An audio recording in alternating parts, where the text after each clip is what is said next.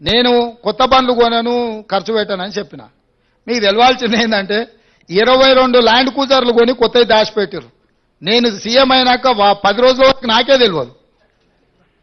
నేను పాత బండ్లు ఏదో అడ్జస్ట్ చేసి అన్ని రిపేర్లు చేయండి, చూసి ఇచ్చేయండి అని నేను చెప్తుంటే చిన్న ఒక అధికారి వచ్చి షోలో చెప్తున్నాడు, సార్ పోయినసారి 22 ల్యాండ్ క్రూజర్లు కొన్నాడు, అన్ని విజయవాడలో దాచిపెట్టినాం సార్, కొత్త ప్రభుత్వం ప్రమాణ స్వీకారం చేయగానే అన్ని తెద్దాం అనుకున్నాం, ఆయన నెత్తి మీద దరిద్రం ఉండి ఆయన ఇంటికి పోయింది సార్ 22 కొత్త ల్యాండ్ క్రూజర్లునే.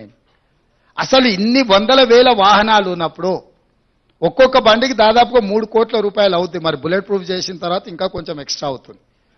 22 కొత్త ల్యాండ్ క్రూజర్లు చెప్పా పెట్టకుండా కొని దాచిపెట్టిన కేసీఆర్ మూడోసారి కూడా వస్తాడు. అన్ని అందరూ 22 అంటే ఆయనకు ఆయన వంది మాగతులకు అందరికీ ఉండడానికి. ఇట్లాంటివి ఆయన సృష్టించిన సంపద. అది ప్రభుత్వ ఆస్తి తీసుకోకుంటే వెళ్ళిపోతాయి. కావాలంటే మీరు కూడా తిరగండి, ఇస్తాం అట్లా రౌండ్ కొట్టరండి.